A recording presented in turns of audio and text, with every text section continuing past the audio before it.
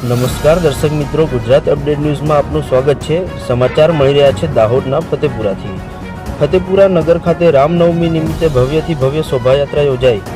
મળતી માહિતી મુજબ દાહોદ જિલ્લાના ફતેપુરા તાલુકા ખાતે આવેલ ફતેપુરા નગરમાં રામનવમી નિમિત્તે ભવ્ય શોભાયાત્રા યોજાઈ હતી, જેમાં બેન્ડ, ડીજે તેમજ વિવિધ પ્રકારના વાજિંત્રો સાથે ફતેપુરા નગર ખાતે શોભાયાત્રા કાઢવામાં આવી હતી, જેમાં અનેક પ્રકારના નાસ્તા તેમજ ઠંડા પીણા અને પાણીની વ્યવસ્થા પણ રાખવામાં આવી હતી અને શોભાયાત્રા ફતેપુરાના વિવિધ વિસ્તારોમાં થઈને બસ સ્ટેન્ડ તરફથી ફરી પોલીસ સ્ટેશન ખાતે આવી પહોંચી હતી અને ત્યાં પોલીસ સ્ટેશનના ગ્રાઉન્ડમાં રાસ ગરબાનું પણ આયોજન કરવામાં આવ્યો હતો।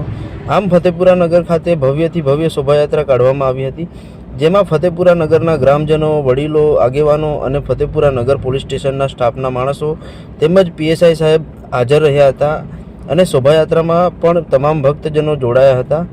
મોટી સંખ્યામાં ગ્રામજનો ઉપસ્થિત રહ્યા હતા।